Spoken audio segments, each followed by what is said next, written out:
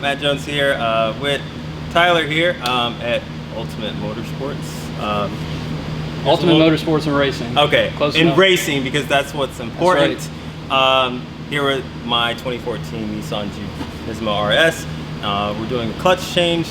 Hopefully this can be a little bit of an overview, maybe some special, I guess, how do you say, troubleshooting areas that might come up if you're looking to do a clutch change on your Juke. So stay tuned and join us. We're gonna bring that footage for you. Devin is working on the subframe, which is a requirement. So you do need to drop that subframe to be able to access the, the transmission and get it out and whatnot. So that is a bit of a process. We're going to talk about it in the Q&A at the end of the video. But so far, so good. And I forgot to mention, we also are going to be installing these. These are basically PowerFlex USA, I guess, polyurethane inserts for the lower engine mount and also the upper engine mount. Now these are just the street version. These are not the Black Series, which is, I guess, of course, a little bit harder, stiffer of a material. My main thing is getting the cartoon, and I don't want to, how do you say, have too much vibration in the cabin, because I don't want to go solid mount. So I just went with the street version. So what do we got here? What are we exactly looking at? This is the original clutch out of your Juke, Matt. How many miles did you have on the car again? 108,000. 108's pretty good. Not too bad of health, but we're getting towards the end of the service life here, but there's still plenty of meat on this disc, so you actually seems like you know how to drive a stick shift pretty decently. And no launching. Yeah, okay. So here you can see on this disc all these kind of spots here, if you can see in the light. This is called heat warping here. These are hot spots on the actual pressure plate itself. This happens with abuse, but this disc is not that bad for 108,000 miles. So this is your stock clutch. Most clutch discs have springs here, but the Juke design, as well as a couple other vehicles like newer Civics, don't have sprung discs, but they have sprung flywheels. So that's just something interesting to note. That's one of the differences that you see with this clutch. So the Clutchmaster's FX250, you see, does not have a solid hub like the factory clutch. And that's because the flywheel that we're putting in your car, Matt, is a single mass flywheel and has no dampening in it. So all of our dampening is going to be happening on the clutch disc rather than the flywheel.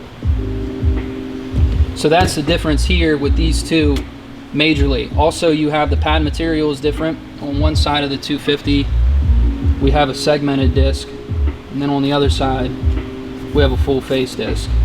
Organic. Yep. I guess that's what it's called. So this is becoming more and more common, so that you can, kind of get the comfortability of a factory clutch driving, and you can slip it nicely and everything will work nicely. And then you have the performance mindset of a segmented disc, or kind of like a puck disc, but we're not all the way there yet. So that's something interesting that Clutch Masters has been doing lately, and it's getting to be more common. So there's that. And I guess we do confirm that Clutch Masters, now there's no bolts that come with the actual, I guess, the clutch discs and the pressure plate, but all the bolts come with the flywheel. The aftermarket flywheel has a different kind of bolt pattern than the factory disc. In fact, there is, I believe, 6 holes in the Clutchmaster's flywheel and 9 in the factory one. So it uses different bolts or different spacing. But yes, they all come with the flywheel kit itself. So if putting this on a stock flywheel, if that's possible, I don't know. If that's going on a stock flywheel, you'd reuse your stock hardware. If it's going on Clutchmaster's flywheel, you would use the provided ARP bolts that they have provided with you. Right. And as far as I know, as a note,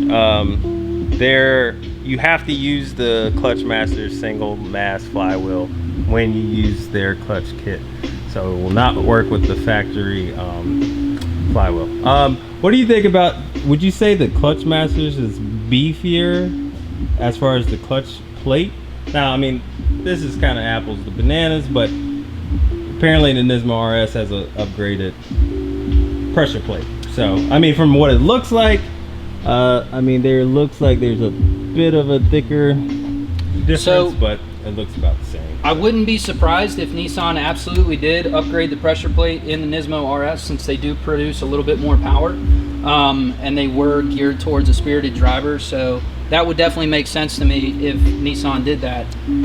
Between the Clutch Masters and the factory clutch, one of the main differences that you'll see right away is that the pressure plate housing here is lower than, in this perspective, the friction disc right here. Whereas the stock one, they're pretty level. And that right there shows that you can only use that with a Clutch Masters flywheel. Absolutely. Just how they mount. I guess, and last but least, the alignment tool. We definitely want to hit on that. Yeah, so this was a little episode. You know, every basic clutch kit comes with an alignment tool, like so. And what you do is you take this here, throw it in the pressure plate side, line up these splines, and then this will insert into the crankshaft. Now the issue that we ran into is you can kind of see there's a bulge on the end of this alignment tool here. This is actually tape. I threw some electrical tape on here, and the reason being is because the regular diameter here did not fit inside of the end of the Nismo RS crankshaft. I called Clutch Masters to see what the issue was, and it turns out that with this FX250 kit, this is a universal Toyota alignment tool. It fits the splines here, but it does not fit the crankshaft. So what we did was we went ahead and wrapped some electrical tape around it. Was real careful to make sure that we have a uniform circle around there. It inserts into the end of the crankshaft. It fits with barely any wiggle room, and we'll go ahead and use this when we mount up the clutch disc. They did also bring in this sleeve, or provide this sleeve, excuse me. This does slide over the alignment tool, but it did not fit inside the end of the crankshaft. So as far as what this is for our purposes, it was useless. Okay. So when looking at these, it's not exactly obvious how to pull them off. A lot of shifter cables have little pins that come in here through a hole in the bracket that comes up, and you just take it off and slip it right off. For the Juke, it was a little bit more difficult how they made it, but as soon as you figure out how it works, it's very simple. So here, this hooks onto a ball, similar to how a hood strut or a trunk strut would do. So what you can do with basic hand tools, like these long needle nose pliers, is get them up under there as far as you can, and then just go ahead and just pry it off real quick in one quick motion, and then they'll pop off just like so. You see here, they slip on to this little ball. And the next step for pulling these off is taking them out of the bracket back here. And there's two very small tabs, if we can get our light in here. Yeah. Right there, where you put your needle nose pliers on these tabs, get them in, and pull up. And the same goes for this secondary one. This one's a little bit easier to get to. We can put our needle nose pliers in. Get them as deep in there as we can to get a uniform pry. And pop her out. And then again, come down in here, grab those two tabs, move your harness out of the way, squeeze them in nicely, and pull straight up. And then you can get them out of the way. It's as easy as that. Boom, bam, thank you, ma'am. You're on to the, I guess, the harder stuff, not the easy stuff. But yep, and after that, once you disconnect the clutch line, we can do all of our bell housing bolts and pull it out. What happens with the Juke system is you have a line that goes down and then up, and then inside of the transmission, down to the slave cylinder, it runs down into the slave cylinder. So the bleeding point is your high point here. This is where air is going to collect, right? This is a hose that goes onto the bleeder port right here. Right. And what happens is you want to go ahead and displace some fluid through the line. But when you get to the point where you're almost done, pumping up the pedal, 5 to 10 times will displace fluid into the slave cylinder past this bleed point. Until it pulls up, right? Exactly. And then you'll have a high point here where you have your air collecting. And then we can do what we did, where we disconnected this, pulled it out to the bleed point. Hold on, sometimes she fights me.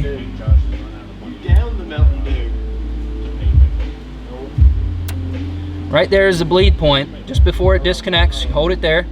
You have your partner pressure pedal down to displace fluid in here and displace the air.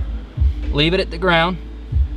Push it back in and have them pull the pedal up, and that'll pull fluid out of the master cylinder reservoir into the line. And then you repeat this procedure as many times as you need to until you get a stiff pedal. And then you're done. Cool. All right, guys, so we're here. We are pretty much done. We still got to put the bumper on, but I left it off because it's like, ooh, intercooler pipe and shiny things and stuff. So here with Tyler at UMR, Ultimate Motorsports and Racing, and we want to have a quick Q&A, even though you guys are not answering or asking questions. I'm just going to ask some general questions, and Tyler will answer them, and we'll just jump right in. So, Tyler, first of all, I appreciate all the work. Yeah, man. Definitely you, along with Devin, helping out on the support. But let's talk about what was difficult. What made the Juke a particular special vehicle when doing the clutch that was maybe difficult? Yeah, so first and foremost, every front wheel drive clutch job is interesting. Yeah. That's for sure. Rear wheel drive clutch jobs are typically a lot easier because the transmission's out of the engine bay, it's further back, it's easier to get to. With the Juke, the first thing that was kind of tough for us was the fact that we had to pull the subframe. It's not too hard or too daunting of a task, but it's more time, it's more things you got to do, it's more nuts and bolts you got to keep track of, you know, it's stuff like that. It's not too hard, but it's just another large step. The other thing where we ran into an issue was with the rear main seal, and this isn't necessary for the flywheel and clutch job, but Matt here wanted to go ahead and replace it while we were in there, which just makes sense. It's a $40 part. Throw it in there. Good insurance. Yeah, absolutely. So as anybody knows, if a rear main seal starts leaking, it's a cheap part to replace. It's easy to replace, but you got to pull a transmission, you got to pull a clutch and flywheel, you got to do a lot. So while we were in there, we went ahead and replaced the main seal. The issue with this motor is a lot of modern motors have a plate that you can remove off the back of the motor and smack a seal in there really easy. The issue with the MR16, right? Yeah. MR16 motor is that it's in the block and oil pan. The upper half of the oil seal is housed in the block, which has a lip around, which will stop the oil seal from driving too far. The oil pan does not have this lip, and you can overdrive it in the upper oil pan, but not the block. So what we did, we accidentally kind of cocked it sideways a little bit and tweaked the oil seal. So we had to grab a new oil seal, order that into Nissan, drive that in, and other than that, it was pretty straightforward, nothing too crazy. Yeah, it wasn't too bad. Awesome. So as far as your DIY people and your rookie mechanics, do you recommend this job to, you know, someone's, you know, they don't have a lift, they don't have any, you know, air tools or anything, they're basically, you know, knuckles, elbows, injuries? Yeah. Do you recommend? So yes and no. I mean, if you're a shade tree mechanic or, you know, somebody that does things themselves and is okay with a fairly daunting task, you can definitely do this. However, you need to make sure that you have things like a torque wrench or, you know, some swivels and extensions, 32 millimeter socket for the axle nuts. You need a fairly versatile set of tools at home, but you can definitely get it done without air, without a lift. We didn't use a lift on this. We use a lot of air, but you can do it without that. Yeah, you know, your average DIYer can do it with some help of a buddy. Yeah, absolutely. Awesome. And I guess we did hit upon some of the differences with the stock clutch and the clutch masters, but we'll just summarize that right quickly. If you just want to just kind of explain the things that we did need to have extra when doing the install with the clutch masters, because some things were different.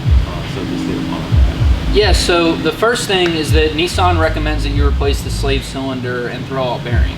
This is all one unit. It's pretty easy to replace when the transmission's out, so that's a big recommendation to replace, first and foremost.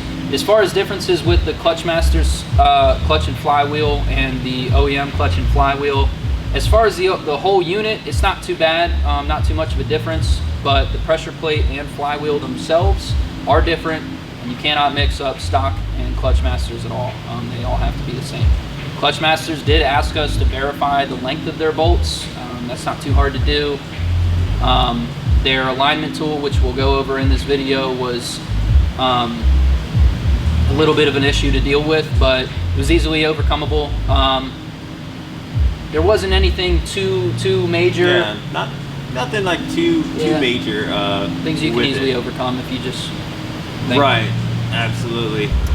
From 1 to 10, difficulty scale.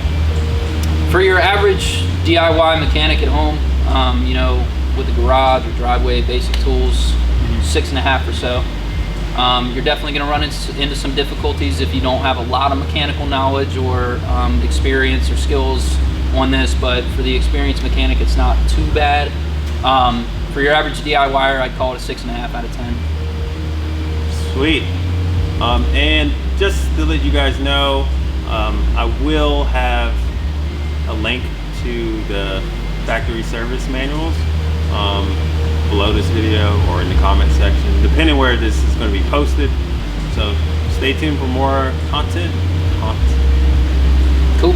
Stay tuned for more stuff. So we'll just like cut that and we'll just